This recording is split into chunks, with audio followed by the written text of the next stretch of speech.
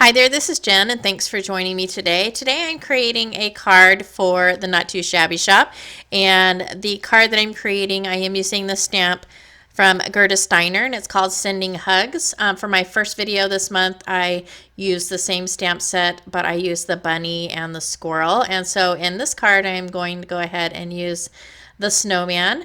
Don't forget you can get 10% off of your order at the Not Too Shabby Shop by using the code N2S10.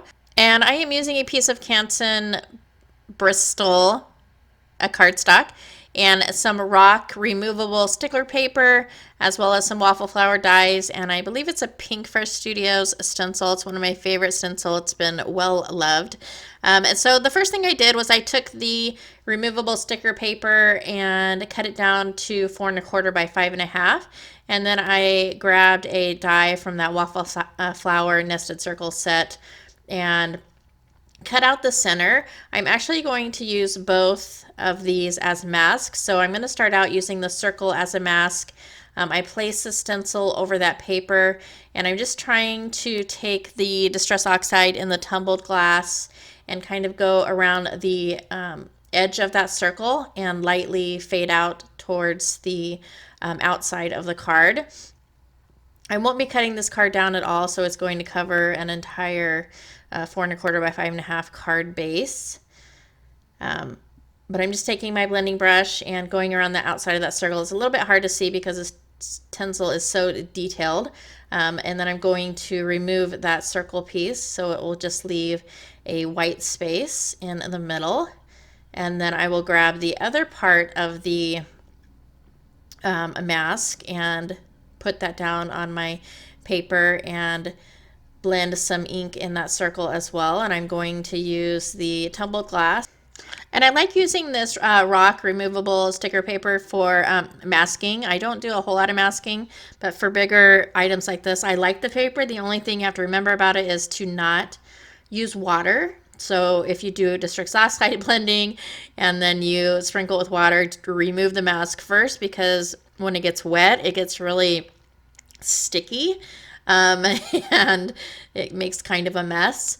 And so what I did was I went ahead and colored that background with the tumbled glass, and then I grabbed the stencil and put it over that centerpiece and then used the stormy sky.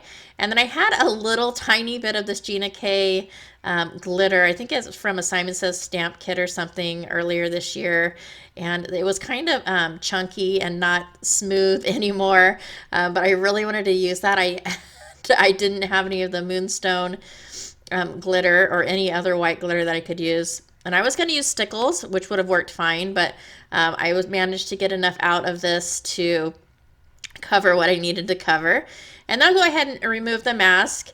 And I looked at this and I didn't like the bottom portion where seems to be a lot of ink space but no glitter. And so I do end up fixing that later on. And then I colored my images, and when it went through my scan and cut, it thought the little ball on the hat, since it wasn't a solid line, it cut it weird. And so what I ended up doing was I took that same waffle flower circle set and used one of the smallest circles and die cut this little circle. And I'm taking some removable adhesive and putting it on a piece of paper just because it's so small and hard to handle. It just keeps it in place for me. And then I'm taking this stuff, it's called Fluffy Stuff, and it's by Creative Expressions, and I'm going to put it over that to make the little ball for his hat, since it got chopped off. And I don't need to cover the entire ball because there is a little tiny piece of the hat still left, and so that's going to kind of go in that empty space. So I just covered most of the circle with the fluffy stuff and then left a little bit open. But to make it fluffy, all you do is take your heat tool and apply it, and it will make that stuff bubble up, and it just looks like a little bit of fluffy. It's great for snow effects as well. You might also try, if you don't have this, taking like a texture paste, an opaque texture paste, and heating it. It will make it kind of bubble up. It's not going to give you the exact same effect, but it might do something a little bit similar. And then I added some diamond stickles to that. little puffy ball on his hat and glued it down. And that's one of my fixes for this card. But I did color the images in some alcohol markers. And so this is where I use the little border. This is another Creative Expressions product. It's scallop circles dies, and to kind of cover up a little bit of that extra space that I had left on the bottom, I just take a little bit of glue and adhere it to, or apply it to my circle frame and adhere that to my card, and it actually fits perfectly around that circle. And then I'm adhering my card panel to a 4 1/4 by 5 1/2 card base. I added the sentiment in the Distress Oxide Stormy Sky, and then I clear heat emboss that. So it says days are better when you're around. I added a little bit of foam to the back of the snowman and adhered that, and then I'm going to adhere the 2 little birds. I also added some Trinity Stamps crystals.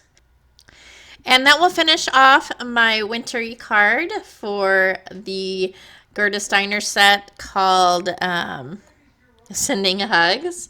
And I wanted to mention as well that Jamie has an awesome release coming out soon, so be on the lookout for that. It is something a little bit different than she has done in the past, and it is totally awesome. You won't be disappointed, so be on the lookout for that. As always, if you like this video or found it informative, please go ahead and give me a thumbs up. And as well, thank you so much for taking some time out of your day to spend with me, and I hope to catch you next time.